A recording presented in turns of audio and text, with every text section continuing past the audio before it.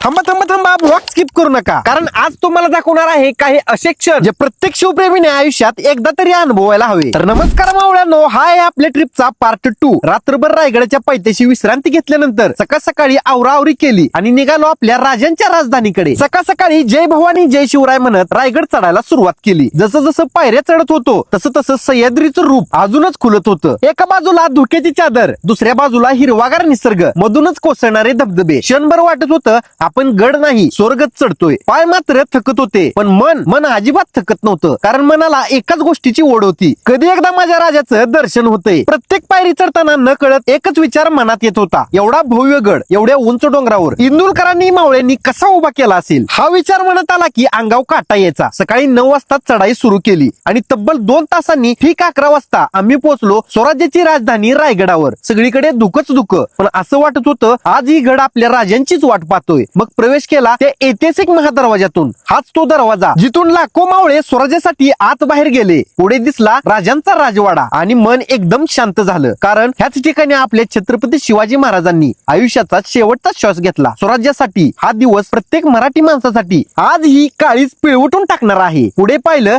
धान्याचं कोठार, गंगासागर तलाव, ऐतिहासिक बाजारपेठ. प्रत्येक वास्तू आज ही इतिहास जिवंत ठेवून उभी आहे. हळूहळू सगळा गड फिरत आम्ही पोहोचलो जगदीश्वर मंदिरात. दर्शन घेतलं आणि मग गेलो माझ्या राजाच्या समाधीपाशी. लहानपणापासून ऐकत आलो देव स्वर्गात असतो, पण आज रायगडावर आल्यावर कळालं देव कसा दिसतो. तो म्हणजे छत्रपती शिवाजी महाराज. समाधी समोर उभं राहिलो, डोकं आपोआप खाली झुकलं, डोळे मिटले आणि शब्द सूचना झाले. त्या क्षणी मनात एकच आवाज घुमत होता, राजे पुन्हा एकदा जन्माला या. गड फिरून झाल्यावर पाऊस सुरू झाला आणि काय सांगू, धुक, पाऊस, सह्याद्री आणि रायगड साक्षात स्वर्गच उतरला होता. मग थोडा वेळ तो पाऊस, तो गड आणि तो इतिहास मन भरून जगून घेतला. मित्रांनो, रायगड म्हणजे फक्त दगडांची रचना नाही, रायगड म्हणजे स्वराज्याचं हृदय आहे. इथला प्रत्येक दगड एका मावळ्याची, त्याच्या त्यागाची साक्ष देतो. प्रत्येक तट शिवरायांच्या पराक्रमाची गोष्ट सांगतो आणि प्रत्येक वारा आजही जय भवानी जय शिवराय अशीच गर्जना करतो. आज आपण इथे फिरायला येतो, फोटो काढतो, व्हिडिओ बनवतो, पण कधी काळी ह्याच वाटांवरून हजारो मावळे जीवाशी पर्वा न करता स्वराज्यासाठी धावत होते. रायगड पाहायचा नसतो, रायगड अनुभवायचा असतो. आयुष्यात पैसा पुन्हा कमवता येतो, वेळ पुन्हा मिळू शकते, पण रायगडावर उभं राहून मिळणारा अभिमान तो शब्दात सांगता येत नाही. म्हणून एकच विनंती, आयुष्यात एकदा तरी आई वडील, मित्र किंवा लेकरांना घेऊन या रायगडावर या, कारण इथून परतताना तुमच्या मोबाईल मध्ये फक्त फोटो नसतील, तर मनात शिवरायांचं प्रेम आणि छातीत स्वराज्याचा अभिमान घेऊन परताल. जय भवानी जय शिवराय. मित्रांनो, हा व्लॉग आवडला असेल तर कमेंट मध्ये फक्त एकच शब्द लिहा, जय शिवराय. व्हिडिओ शेअर करा आणि तुमच्या भावाला फॉलो करायला विसरू नका. भेटू पुढच्या नेक्स्ट पार्ट मध्ये.